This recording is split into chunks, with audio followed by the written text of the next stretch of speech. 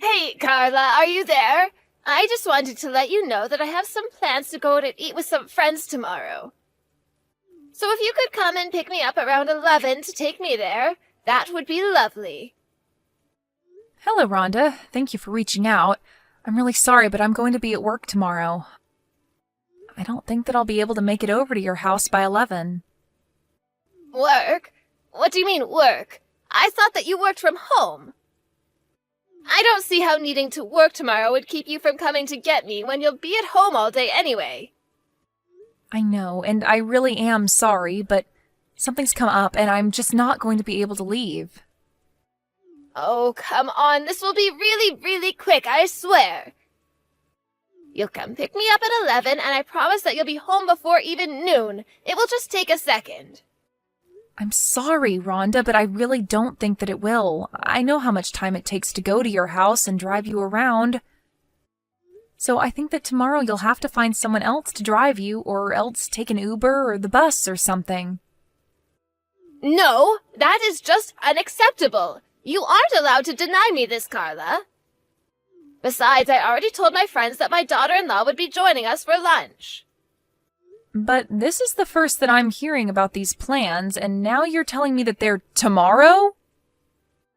I thought I told you that I would only allow you to work if you were going to do it from home, specifically so that I could have you do things for me when I needed them. But if you can't even do that, then you should just go back to being a housewife. Because clearly you still don't understand the fact that you should always be putting your mother-in-law first. Please, Rhonda, that isn't fair. I've finally found something that I really want to do. I don't want to quit my job. But when you have a kid, you're going to have to quit your job, won't you? That wasn't what my plan was at all, actually. I was thinking that I would still work even after I have a child. Now you listen to me, young lady. You are going to come and pick me up when I tell you to, and that is that. Unless you rather I tell all my friends just to show up at your house and have lunch there. Okay, Rhonda, you win. I'll pick you up tomorrow if that's what you really need from me. You should have just said that you would in the first place. Then we wouldn't have had to waste our time fussing over this pointlessly. I can't believe that you would even try to lie to me about getting in the way of your work schedule. Did you really think I was going to buy that? But I wasn't lying to you. I guess now I'll just have to stay up all night working so that I don't miss the deadline for this tomorrow. If you had that option, then you should have said that's what you were going to do in the first place. But remember that you're going to be driving me around tomorrow, so you better not get us into an accident. Do you understand me? Because if anything does happen, then I'm going to make sure that everyone knows it's all your fault. Got it? I understand. Thank you for making that perfectly clear to me. Also, I want to trace back to what you were talking about earlier, about keeping your job even after you've had a child. Does that mean that you and my son are actually thinking about having a child together then? Well, if we can, I would really like to have a child with Ben, yes. I see. And here I thought that you two were never ever going to give me any grandchildren. After all, you two have been married a whole year, and there has been nothing on that front. I understand that, but I do want you to know that Ben and I have talked about it. In fact, it was Ben who suggested that we wait a little bit before trying for one. But if you wait too long, then your ovaries are going to shrivel up and you'll run out of eggs. I mean, you're already older than 30 years old, you know, and my daughter, who's still in her 20s, already has 2 kids. So it sounds to me like you two might have just been slacking off this whole time. Rhonda, I am really sorry, but I just have to get back to work now, but we can talk more about this tomorrow if you'd like. Oh, yes, I'm sure you're just sitting thinking about how obnoxious and horrible your mother-in-law is being to you right now, aren't you? Anyways, just remember to be at my house by 11. I don't want you getting here a minute sooner or later, and I don't want to hear any complaining about how I'm getting in the way of your work. And just know that if you don't show up, there is going to be serious hell to pay. Hello there, Carla. I just wanted to say thank you so much for yesterday's meal. I really loved how you made it so flavorless and bland. Did you do that just for me? Because you don't think old people can handle flavor? Or do you also subject my poor son to that kind of cooking too? I'm really sorry that you had a problem with the dinner that I cooked last night. I only seasoned it the way that Ben says he prefers. Wait, what? You're telling me that Ben actually says he likes his food tasting like that? That is what he's told me in the past, yes. Oh, but that can't be right. Sometimes I just don't know what goes on in that head of his. But I know that he must be lying to you. I really don't think that my husband was lying about how I make him his food. In fact, he's always going on about how much he loves my cooking, if you really want to know. And you still haven't realized that he's probably just saying that as to not hurt your feelings. I know what my son likes to eat, and let me tell you that it is not the slop that you were serving us last night. He likes thick flavor and rich smells. It sounds to me like someone would be better off cooking out of a recipe book than whatever led you to make whatever you did. Anyway, speaking of Ben, he's going away on his business trip today, isn't that right? Yes, he's already left for the airport, actually. Why do you bring that up? Oh, perfect. That's just what I wanted to hear. In that case, I want you to come to my house tomorrow. I'm going to teach you how to cook and make it so that you can actually dish out something served for once. Sorry, you want me to go over to your house tomorrow? I don't think that will work. I'll be working then. Oh, there you go again, trying to use your work to get out of doing what I tell you to. So you're really telling me that you don't think you need any kind of training? Are you okay? Were you dropped on your head as a child or something? Because if you're going to be like this, I might just have to take it upon myself to make you quit your job. Rhonda, I think that Ben already talked to you about this, didn't he? He told you that it's my choice whether or not I want to work and that you shouldn't try and interfere with the fact that I am working.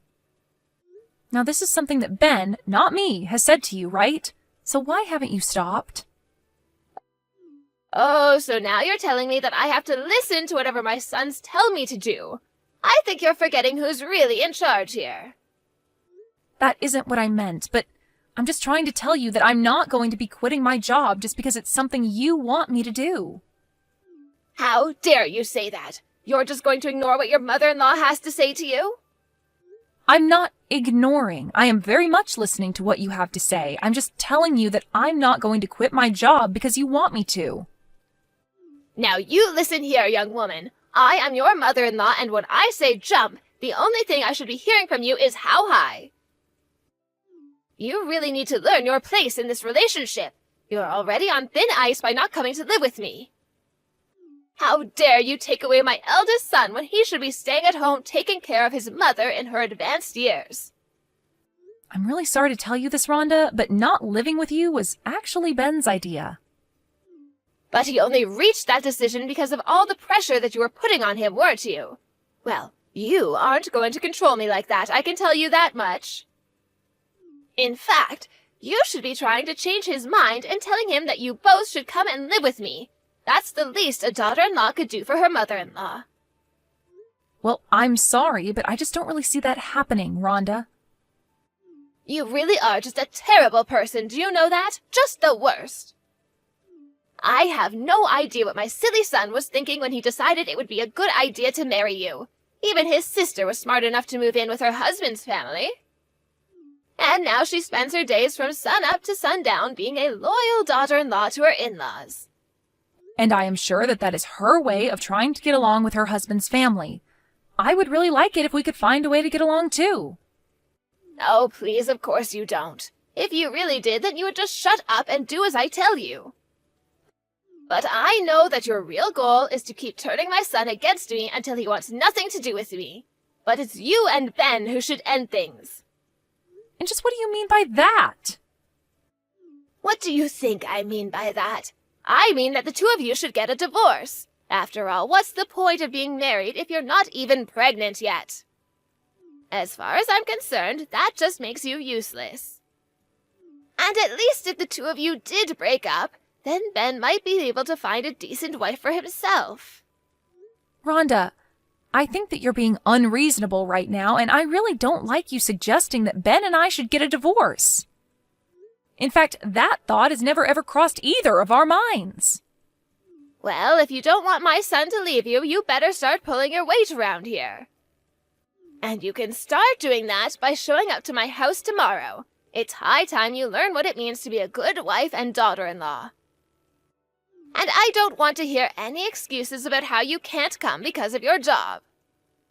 Okay then, I'll go to your house tomorrow, but let's please just try to get along.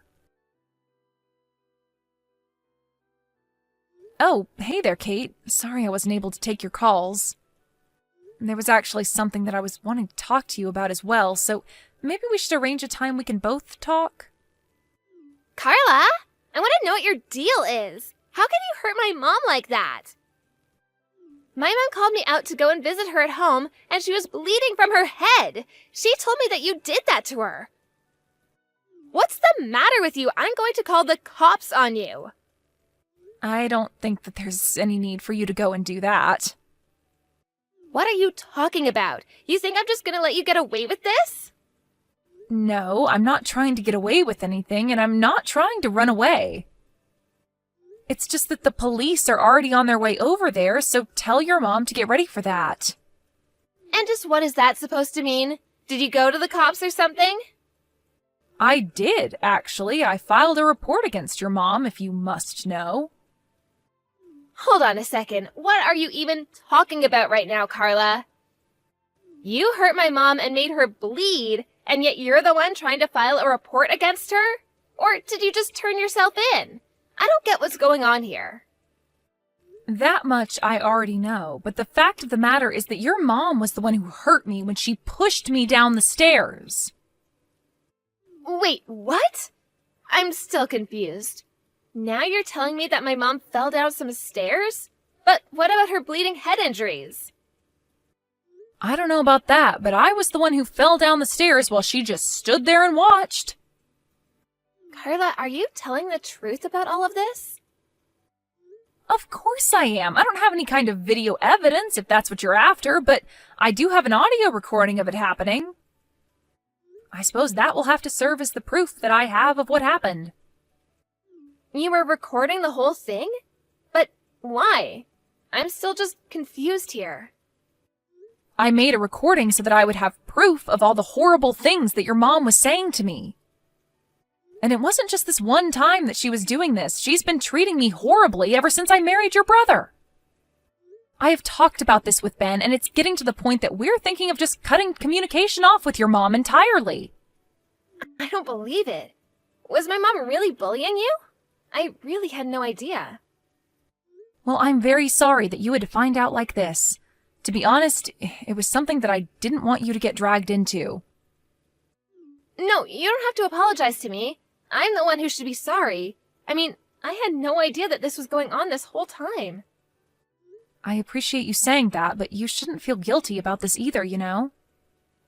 I thought that if I just kept it to myself, that your mom and I would be able to work things out between ourselves, but I guess there was never even a chance of that happening, and I see that now. You know, I also know what it's like to have your in-laws bully you. What do you mean by that? It's just that, well, my husband's parents have also been bullying me ever since I moved in with them. You're kidding me, but when your mom talks about it, she makes it sound like things are going great for you. But I guess I never did ask you yourself about how things are going. I know, but it's really okay. I understand the feeling of not wanting to bother others with what you think is something you can handle on your own. But this isn't about me. It's about you and my mom. I'll tell her what you've told me and explain to her that she's in big trouble. I really am so sorry for sucking you into this, Kate, but thank you so much for understanding. Of course I understand. And thank you for telling me about this. Carla, are you there? I was wondering if you and I could have a little chat. Maybe I could go over to your house and we could discuss things just the two of us. I thought that both of your children made it very clear to you that you are not to get near me, no? Of course. But then maybe I should just text you about what I wanted to talk about. I just really want to apologize for what happened the other day. I really didn't mean to do it on purpose, and I want you to know that. Really? Because I've replayed it in my head over and over again, and I don't see how it could have been anything but intentional. I even recorded the things you were saying to me right before it happened, right before you shoved me down those stairs. So I really don't think that anyone is buying that what you did was accidental. Well, okay, so I gave you a small little push, but it was just a little joke. I don't care if you thought it was a joke. It resulted in me breaking some bones. Not only that, but then you tried to tell people that I was the one who shoved you down the stairs. You're right, but it was just because I was so worried that people might blame me. Well, they should. It was all your fault that I fell in the first place. What is even the point of this conversation? I'm leaving. Oh, wait, no, Carla, don't. Because I really am so sorry about this. Can't you go to the police and explain to them that this was all a big mistake? But it isn't a mistake. We know exactly what happened, and you did what you did on purpose. Please, I really didn't mean to. I swear to never do anything like that to you ever again. Besides, it's not like you didn't do anything to me. Right as you were falling, you took a swipe at me. If you had actually hit me with it, I could have been really hurt. I see. So you really think that those two things are equivalent, then? I don't know why I thought that you might actually have reflected on what you did. No, please don't go. I really have thought about what I did. I know that it was wrong of me to do that to you. So, can you please just talk to my children and tell them to not leave me? I don't know how I'm supposed to live with myself if they leave me like this. I need you to forgive me so that they can forgive me too. You have got to be kidding me, right? You want me to forgive you for totally selfish reasons? But if you don't do this for me, then I'm never going to be able to see my family ever again. Don't you realize that? I just need you to go talk to my children and the cops and tell them that this was all just one big mistake. And just why should I go and do all of this for you when you haven't even given me a real apology? You're asking for all of this just for your own benefit when you haven't shown any remorse for what you've done to me. Look, I know that I might have pushed you down the stairs and that you hurt yourself falling down, but you have to realize that I didn't have that much family left. I mean, my kids are basically all I have left now, and if I don't have them, then who am I supposed to have to take care of me when I get older? Incredible. I really just don't even know what to say to that. But honestly, it isn't up to me how your children decide to interact with you. But you could change their minds if you just told them that you weren't mad at me anymore. Please, I need them to forgive me for this. I'm begging you here. You don't know what this is going to do to me. I don't have any more kids in my life. You can beg me for this all you want, but I don't think that anything is going to change until you realize that you've done this all to yourself. I've tried explaining to you over and over again that I had my own life and career to worry about, and yet you constantly kept trying to control me.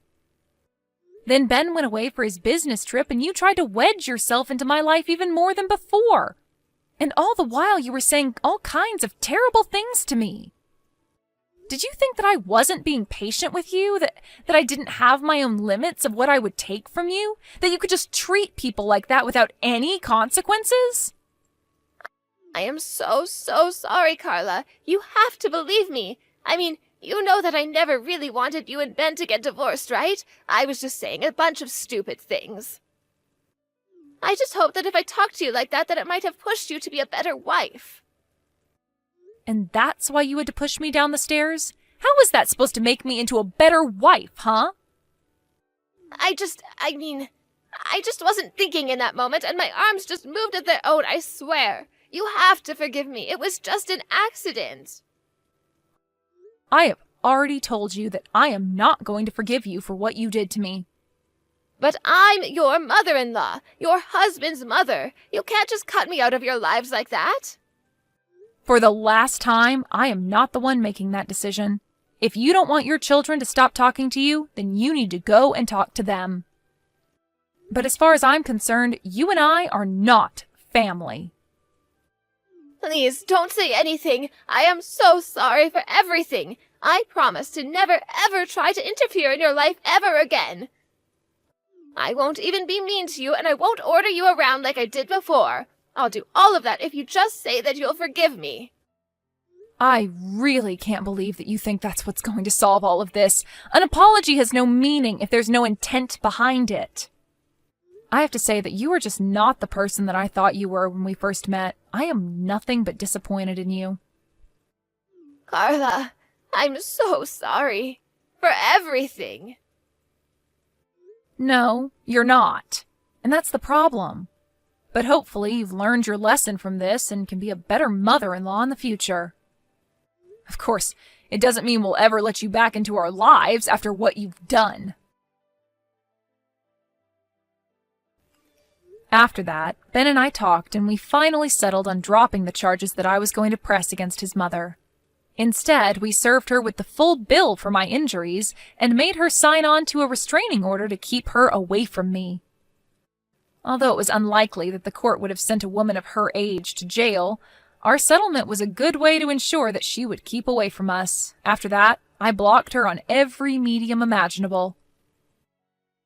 I heard from Ben, however, that rumors were spreading around Rhonda's neighborhood about what she did to me.